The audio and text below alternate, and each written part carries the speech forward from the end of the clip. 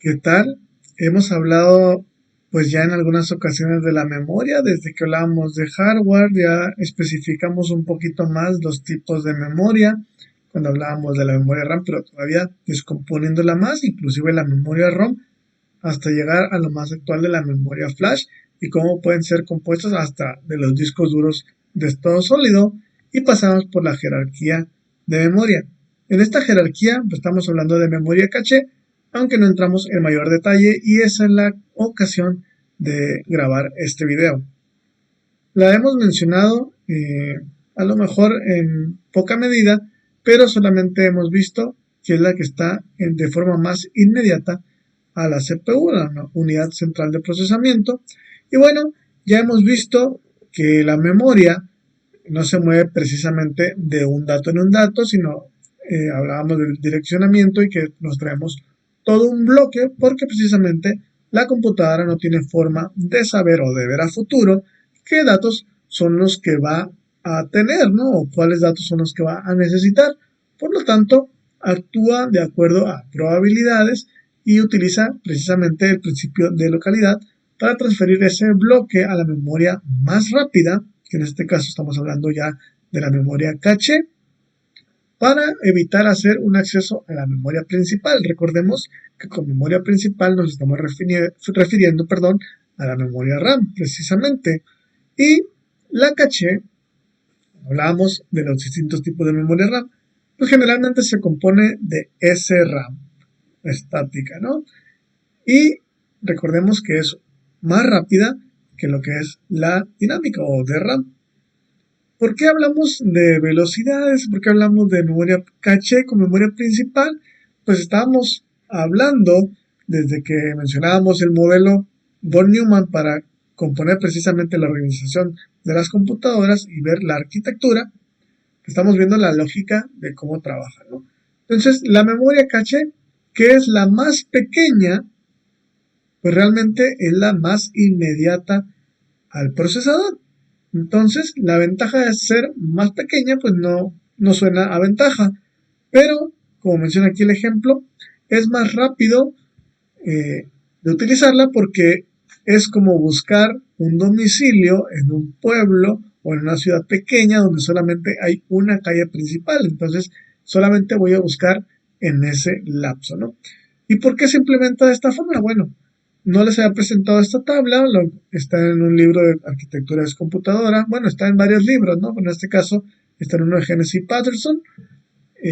Podemos ver aquí gráficamente cómo las velocidades de un procesador pues han aumentado muchísimo respecto a las memorias normalmente principales. Y es por esto que necesitamos esta cercanía, eh, aprovechar más que nada la velocidad de trabajo de un procesador para que pueda manipular precisamente los registros que tenemos dentro de una memoria. Entonces, una diferencia a lo que hemos visto comúnmente con el modelo del hombrecito de la computadora, por ejemplo, que hablamos de las direcciones, pues la memoria caché no funciona o no se accede por dirección, sino por el contenido. Entonces, se le puede denominar memoria de contenido direccionable, con las iniciales CAM por Content Addressable Memory, y está organizada precisamente por bloques, donde cada bloque puede proporcionar pues, una cantidad muy pequeña de almacenamiento. Nos menciona aquí 8 y 64 bytes porque vamos a ver que son los más comunes, también conocida como línea de caché. Cada bloque pues, tiene una etiqueta, eso sí, para poderla identificar en dónde está la ubicación de la memoria principal que tiene los datos que mantenemos precisamente en este espacio de memoria caché. Cada solicitud del CPU a la memoria principal, ya sea, recordemos que lo que está alojado ahí son datos o instrucciones, primero tiene que pasar por la memoria caché. Bueno, antes de mencionar este aspecto, retomando, ¿a qué nos referimos con memoria caché entonces? ¿Y qué nos referimos con estos bloques? En esta misma bibliografía pues nos menciona, si nosotros vamos a trabajar en un taller, claro que tenemos todas las herramientas, pero a lo mejor la tenemos en un almacén o simplemente en nuestra casa, si vamos a trabajar en el patio, pero tenemos las herramientas en la cochera, pues sabemos que vamos a necesitar las más comunes o las que ya tenemos una idea, porque recordemos que hablamos de probabilidades, lo que pensamos que vamos a utilizar. Por lo tanto, agarramos una caja de herramientas y a lo mejor tenemos 3 cajas, ¿no? Pero respecto a lo que vamos a hacer, tenemos la idea que vamos a ocupar una de las cajas. Entonces, al momento de estar trabajando, si tenemos la herramienta que ya teníamos mentalizada, seguramente la encontraremos en la caja de herramientas que equivaldría al bloque que agarramos inicialmente. Entonces, a lo mejor necesitamos un martillo, pues aquí tengo el martillo. Tenemos una serie de clavos, pues casualmente tengo los clavos en la misma herramienta, pero si me piden un desarmador y resulta que el desarmador no lo puedo encontrar en la caja que agarré, pues tendría que volver a la cochera, ¿no? Al garage. Y esto precisamente es lo que hace la memoria caché, aprovechar los datos que puedo utilizar para precisamente evitar volver a ir a la memoria principal, ¿no? Entonces, retomando aquí la diapositiva, podemos ver un esquema de cómo está en distancia la memoria principal y la unidad de manejo de memoria, pero que está en la unidad central de proceso o el procesador, y podemos ver que en medio de los dos precisamente está la memoria caché. Entonces, si se solicita una lectura, los datos del procesador se almacenan en la ubicación de memoria caché. Cuando atiende esta lectura y la encuentra en esa memoria, se le menciona como un acierto. Normalmente lo vamos a encontrar en la bibliografía como hit. Si los datos de memoria pues no están presentes en esa memoria caché, vamos entonces a hacer el paso adicional que mencionamos hace unos momentos. En esta situación, donde no lo encontramos, se le conoce como un error o bien faltó ahí lo que buscábamos, por lo tanto es miss su equivalencia, y por eso el título en esta diapositiva de hit or miss, ¿no? Que estamos hablando en inglés. Pero al ocurrir este error donde no se encuentra lo que buscamos, pues existe un retraso en el tiempo, porque estaríamos hablando de ir a la memoria principal a traernos los datos que no estaban, ¿no? Entonces a esto se le conoce como un tiempo de bloqueo o un tiempo de parada. Estamos haciendo como un pequeño recesito, dándole chance que vaya a buscar la información un pasito más allá, ¿no? Cuando estamos hablando entre esta proporción de cuántos hits o cuántos aciertos se logran respecto a sus fallos o sus miss, pues estamos hablando de una tasa de aciertos, que es lo que estamos usando para medir el rendimiento de nuestro sistema. Cuando la memoria caché está llena, recordemos que es una memoria la que tiene más pequeño espacio respecto a la jerarquía, pues tendríamos que determinar cuál va a ser el bloque que va a ser reemplazado. ¿Cómo haríamos esto? Pues comúnmente se utiliza un algoritmo en el cual se contempla que sea el bloque que se ha usado menos. Por eso se menciona aquí el que más recientemente se haya usado menos. Y se le conoce con LRU por sus siglas en inglés. Y al encontrar entonces qué es la información que en este último momento ha sido accedida a lo mejor 2 veces respecto a las otras que llevan 10, pues ese es el dato que no nos va a servir para tener la nueva información y reemplazarla, ¿no? Las solicitudes de escritura en memoria, como hemos visto, pues involucran una carga adicional. Estamos hablando de escritura. Normalmente hablábamos de lectura, buscar un dato, ahora estamos escribiendo, o sea, vamos a traernos un dato. ¿Y qué hacemos aquí? Pues cuando vamos a tener un dato nuevo, a lo mejor un dispositivo de entrada, este dato pues es almacenado en la memoria caché, pero si estamos hablando de volatilidad, entre más nivel, más pequeña, pues es más volátil. Por lo tanto, estos datos deben escribirse también en la memoria principal para proteger la integridad del programa, es decir, que no se pierda ese valor o que se pierda lo menos posible. Claro, lo ideal es que nunca se pierda nada, pero estamos hablando de en algún apagón y en un ejemplo muy burdo, pero a quién no se le ha ido la luz y ha perdido avances en algún documento de Word, por ejemplo, ¿no? Entonces, no nada más estamos hablando de un nivel de caché, por eso hablamos aquí en este título de niveles de caché. Para llegar a la memoria, tenemos todavía más o podemos tener más de un nivel de memoria caché.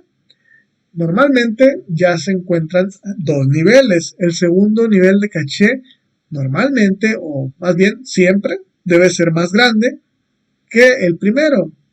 No obstante, es menor que la memoria principal y por lo tanto más rápido. Los dos niveles, si fueran iguales, los dos niveles de caché tendrían la misma información. La cuestión de ser un poquito más grande es precisamente tener la información y en caso de no encontrarlo, buscar la diferencia en el segundo nivel y de no encontrarlo, ahora sí, irnos a la memoria eh, principal. Estamos aumentando la jerarquía, pero estamos tratando de seguir manteniendo una velocidad apropiada para satisfacer las necesidades del procesador y no armar en los cuellos de botella.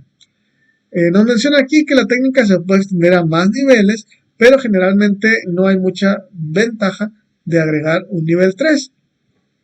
El dato que les mencionaba hace unos momentos, cuando decíamos que la memoria caché normalmente se componía de 8K a 64K o bytes, bueno, precisamente es porque lo normal o la típica que encontramos en una computadora es en el nivel 2 una de 256 o 512, mientras que la del nivel 1 pues es más pequeña con estos datos que mencionábamos, ¿no?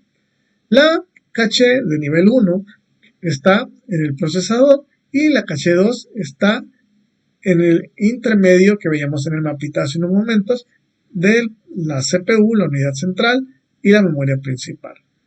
Entonces, en esta diferencia de tamaños, recordando el ejemplo de la calle o del pueblo o de la caja de herramientas, estamos hablando ahora de una siguiente caja de herramientas que a lo mejor es una más grande pero tiene llantitas. Igual sigue siendo un poquito ágil y móvil, ¿no? Entonces, la caché 1 es la más rápida. La caché 2 no es tan rápida, pero es un poquito más grande. Igual me hace una intermedio todavía para no llegar a la memoria RAM, que es más lenta. Y la caché 3 en este caso fungiría como apoyo a la 1 y a la 2, ¿no? Normalmente estamos más familiarizados cuando hablamos de caché, cuando estamos hablando de un explorador web. La memoria caché, cuando estamos hablando de nuestros navegadores, pues son las imágenes, el contenido que tenemos en una página para cuando la volvemos a consultar, no tener que descargarla de nuevo. Entonces, es un término que quizás no sea tan ajeno a nosotros, pero ahorita estamos hablando de la memoria o la información en general que fluye por nuestra computadora y no de una función en especial como es el caso de los navegadores web. Y solamente para finalizar, hablábamos de dos niveles y tres niveles en la jerarquía. Pues bueno, aquí está una representación de los mismos autores que mencionábamos hace un momento en el mismo libro, donde vemos pues una diferencia respecto a los mapitas anteriores, porque aquí podemos apreciar una diferencia entre 2 y 3 niveles, donde la primera nos habla de un dispositivo móvil y pues nos da una referencia de tamaño y velocidades equivalente a lo que veíamos en las sesiones pasadas, que es la pirámide, pero en una diferencia de que la estamos viendo de costado y pues no necesariamente en esta representación jerárquica de a mayor tamaño, ¿no? Entonces, se supone que eso ya lo comprendimos, ahora lo estamos viendo en otro tipo de gráfico, ¿no? Podemos ver que en la parte de abajo estamos hablando no de un dispositivo personal, un móvil, perdón, sino de una laptop o un escritorio, que es la computadora convencional. Y pues sigue la misma distribución, lo único que pudiéramos apreciar es que en la sección de velocidades y tamaños pues varían un poco, pero seguimos la misma lógica. Por lo pronto, aquí vamos a terminar la presentación.